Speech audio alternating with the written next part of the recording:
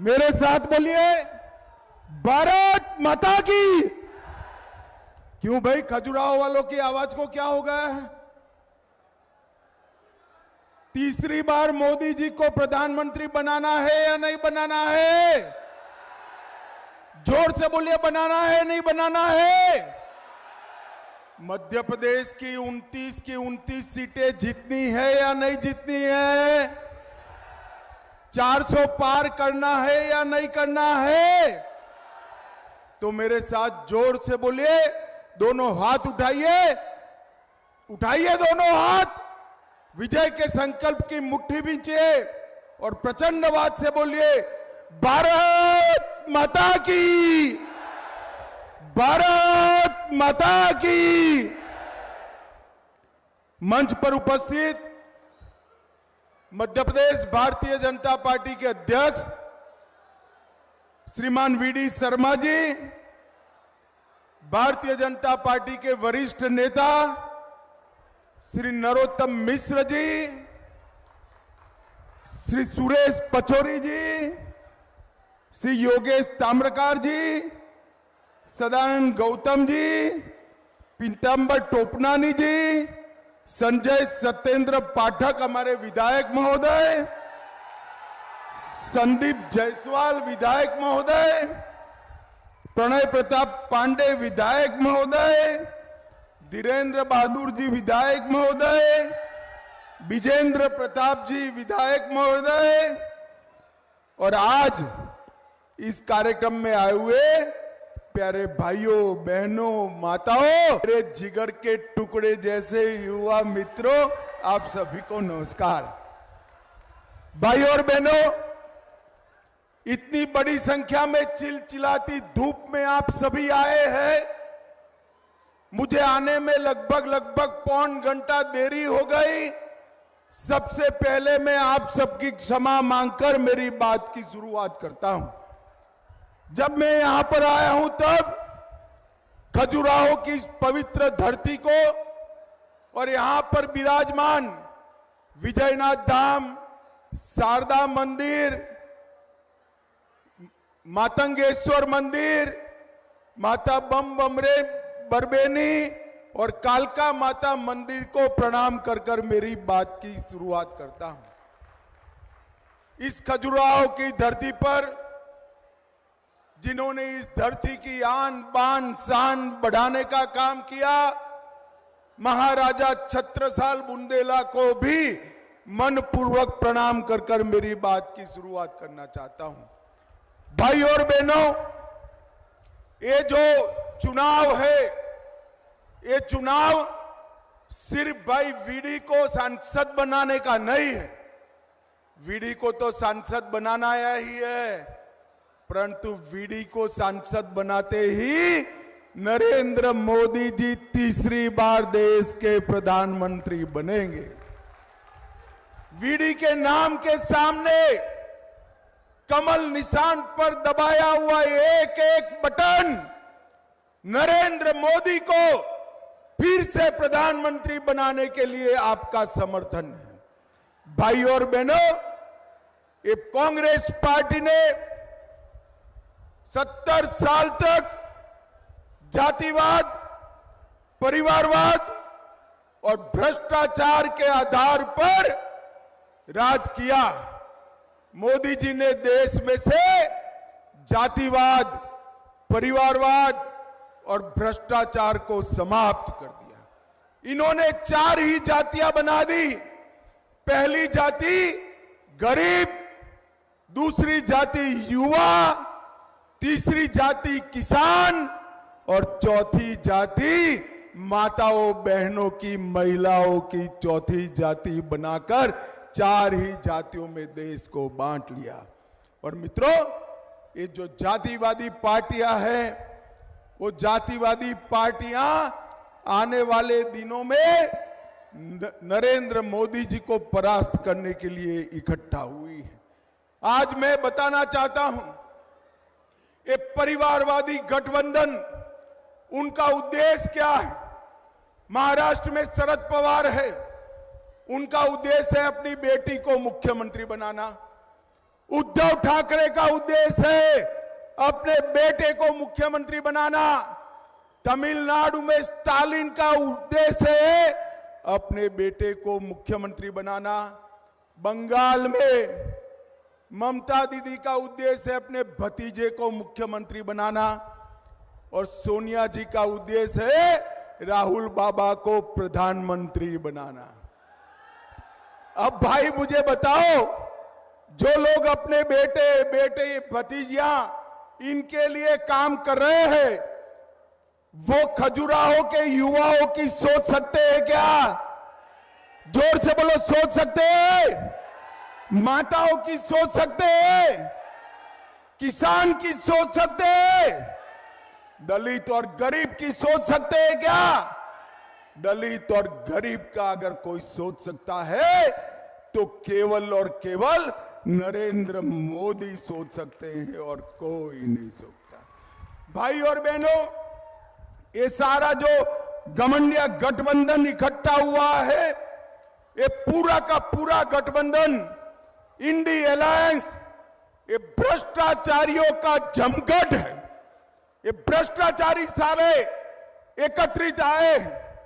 10 साल तक सोनिया मनमोहन ने सरकार चलाई, 2004 से 14 तक, और 10 साल में 12 लाख करोड़ का घपला घोटाला भ्रष्टाचार किया है।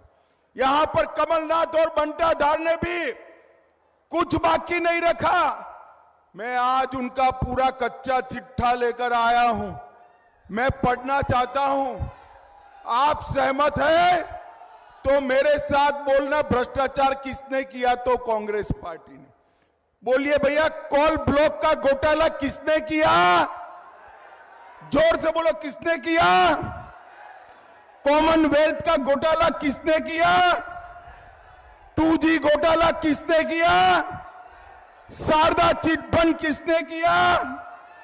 सेबों की बिक्री का घोटाला किसने किया? INX मीडिया का घोटाला किसने किया? एयरसेल मिक्सिस का घोटाला किसने किया? अंतरिक्ष का घोटाला किसने किया? लैंड फॉर जॉब का घोटाला किसने किया? जम्मू कश्मीर क्रिकेट एसोसिएशन का घोटाला किसने किया? एम्ब्रायर डील का घोटाला किसने किया? ऑगस्टा वेस्टलैंड हेलीकॉप्टर का घोटाला किसने किया? ये 12 लाख करोड़ के घपले घोटाले करने वाली ये भ्रष्टाचारियों की जमात है। अब जेल में जा रहे हैं, छातियां पीट रहे हैं, हमें ये कर दिया, हमें वो कर दिया। मोदी जी ने 2014 में आने के पहले देश की जनता को वादा किया था, एक एक भ्रष्टाचारियों को चुन चुन कर जेल की सलाखों के पीछे भेजेंगे। मुझे बताओ खजुराहो वालों, ये भ्रष्टाचारियों को जेल की सलाखों के पीछे डालना चाहिए या नहीं डालना चाहिए? जरा जोर से बोलो, डालना चाहिए या नहीं डालना चाहिए? मैं आज खजुराहो की धरती पर कह कर जाता हूं, 12 लाख करोड़ रुपया, 12 लाख करोड़ रुपया देश के गरीबों का है, युवाओं का है, माताओं का है, किसानों का है। पाई पाई लौटानी पड़ेगी और जिन्होंने चोरी की है इसको जेल में जाना पड़ेगा। भाई और बहनों, मोदी जी ने 10 साल तक सरकार चलाई। 10 साल में मोदी जी ने करोड़ों गरीबों का कल्याण करने का काम किया है। मोदी जी ने सिर्फ 10 ही साल तक, कांग्रेस 50 साल तक जो नहीं कर पाई वो मोदी जी ने किया है। इस देश के 13 करोड़ से ज्यादा किसानों को किसान सम्मान निधि हर साल 6,000 रुपया, और मध्य प्रदेश में करीब करीब 1 करोड़ किसानों को 6,000 रुपया भेजने का काम नरेंद्र मोदी जी ने किया। मध्य प्रदेश के अंदर 70 लाख से ज्यादा घरों में पीने का पानी पहुंचाने का काम नरेंद्र मोदी जी ने किया है। 4 करोड़ से ज्यादा गरीबों को 5 लाख तक का सारा स्वास्थ्य का खर्चा, बड़े से बड़ा ऑपरेशन आ जाए वो उठाने का काम नरेंद्र मोदी जी ने किया है। 80 लाख माताओं को घर में शौचालय देने का काम किया है और 5 करोड़ 40 लाख लोगों को हर महीना हर व्यक्ति 5 किलो अनाज फ्री ऑफ कॉस्ट कोरोना हुआ तब से देने का काम नरेंद्र मोदी जी ने किया है। 88 लाख माताओं को गैस का सिलेंडर दिया और इसके साथ साथ 82 लाख घरों में गैस का चूल्हा देने का काम नरेंद्र मोदी जी ने किया है।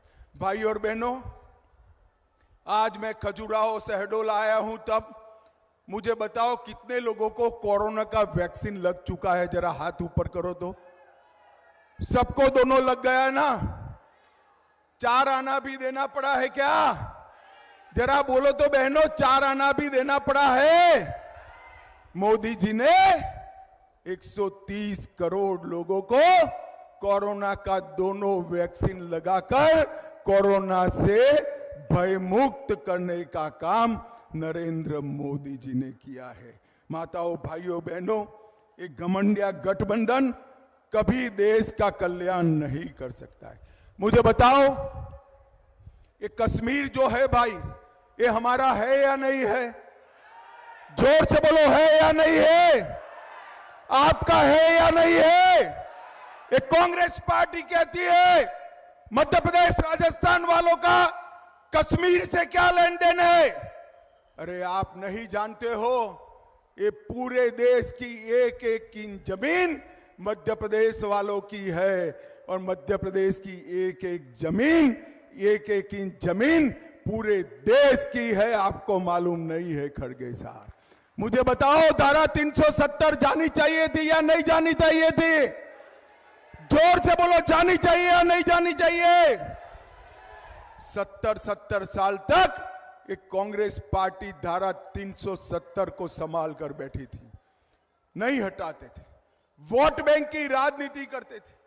मोदी जी ने 5 अगस्त 2019 को धारा 370 को समाप्त कर दिया और कश्मीर को हमेशा के लिए भारत के साथ जोड़ने का काम किया।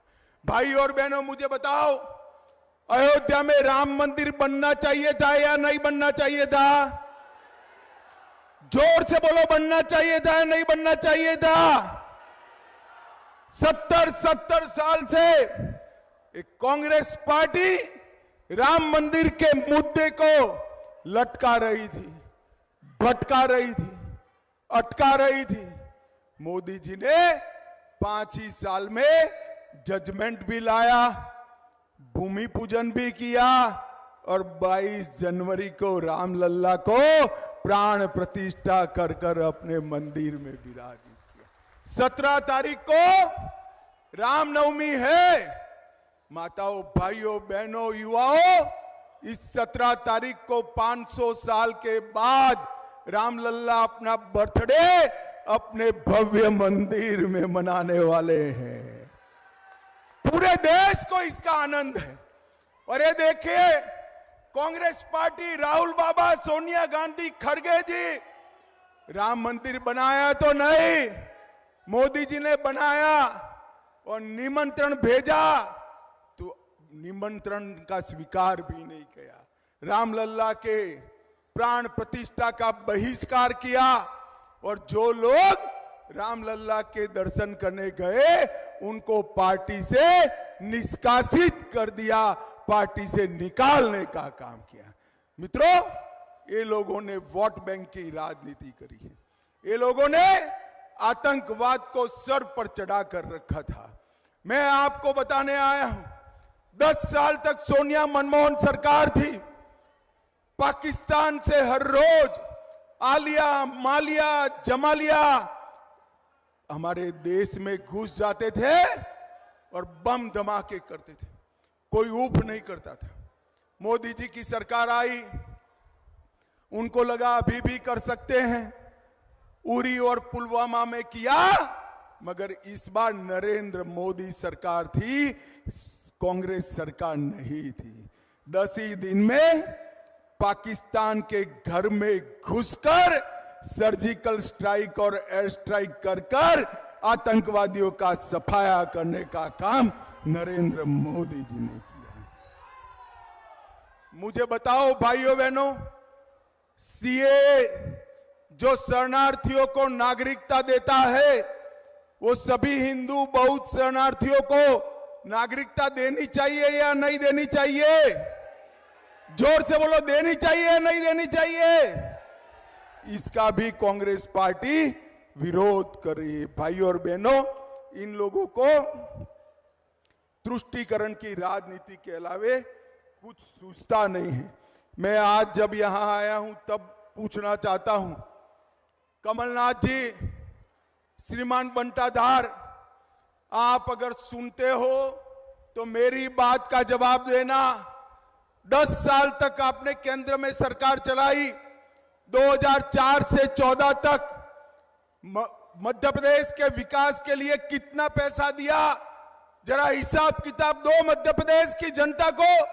भाई देना चाहिए या नहीं देना चाहिए? जोर से बोलो, मांगना चाहिए या नहीं मांगना चाहिए? वो नहीं देंगे, मगर मैं लेकर आया हूं। दे दूं क्या हिसाब? दे दूं भाई? ध्यान से सुनिएगा। 10 साल में कांग्रेस पार्टी ने मध्य प्रदेश के विकास के लिए 1,99,000 करोड़ रुपया दिया। कितना दिया? 1,99,000 करोड़। और मोदी जी ने 10 साल में मध्य प्रदेश के विकास के लिए 1,99,000 के सामने 7,74,000 करोड़ रुपया देने का काम किया। 4 गुना पैसा मध्य प्रदेश के विकास के लिए नरेंद्र मोदी जी ने दिया है। इसके अलावे 86,000 करोड़ रुपया सड़क के लिए, राष्ट्रीय राजमार्गों के लिए अलग दिया। 94,000 करोड़ रुपया रेलवे के लिए अलग दिया और 2,000 करोड़ रुपया एयरपोर्टों के उत्थान के लिए अलग से दिया। 1,82,000 करोड़ रुपया दूसरा देने का। लगभग 10 लाख करोड़ रुपया हर साल 1 लाख करोड़ रुपया भेजने का काम ये भारतीय जनता पार्टी की सरकार ने किया है। भाई और बहनों, अगर एक घमंडिया गठबंधन जीतता है तो आने वाले दिनों में सबसे बड़ा नुकसान ओबीसी का होने वाला है। एक कांग्रेस पार्टी ओबीसी विरुद्ध पार्टी, ओबीसी की विरोधी पार्टी। काका साहेब कालेलकर कमीशन का रिपोर्ट हो या मंडल कमीशन का, दोनों दबाकर रखा। नरेंद्र मोदी की गवर्नमेंट में 27 मिनिस्टर ओबीसी है, 37% सांसद ओबीसी है।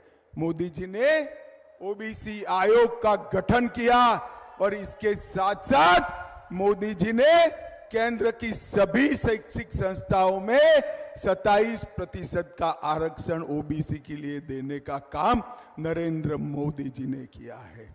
माताओं, भाइयों और बहनों, ना एक गरीब का कल्याण कर सकते, ये ना मां नर्मदा की सेवा कर सकते, ना ये जंगलों का रक्षा कर सकते, ना ये सीमाओं को सुरक्षित कर सकते।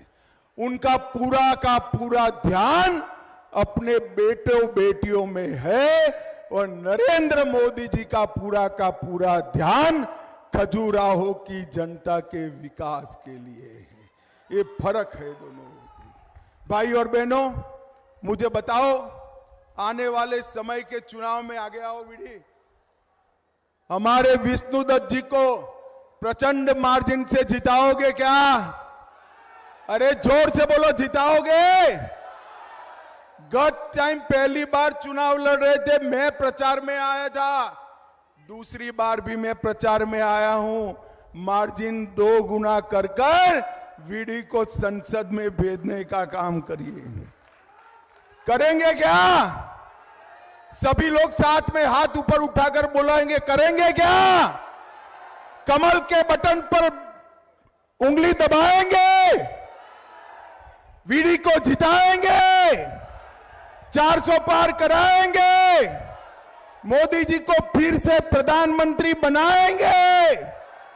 तो मेरे साथ दोनों हाथ उठाओ, सभी लोग उठाएं दोनों हाथ, विजय के संकल्प की मुट्ठी भींचकर बोलिए, भारत माता की, भारत माता की, वंदे वंदे, जय श्री राम, जय जय श्री राम। मैं आग्रह करूंगा हमारे विधायक विधानसभा क्षेत्र के विधायक आदरणीय संजय पाठक जी से कि स्मृति चिन्ह प्रदान कर और बड़ी माला से सभी वरिष्ठ जन उपस्थित होकर हमारे यशस्वी गृह मंत्री जी का स्वागत करेंगे, अभिनंदन करेंगे। आपने संगठन को रचने में, गढ़ने में बहुत बड़ा योगदान दिया है और आज देश को आपने संरक्षण प्रदान कर देश को स्वाभिमान और सुरक्षा के साथ एक बहुत ऊंचे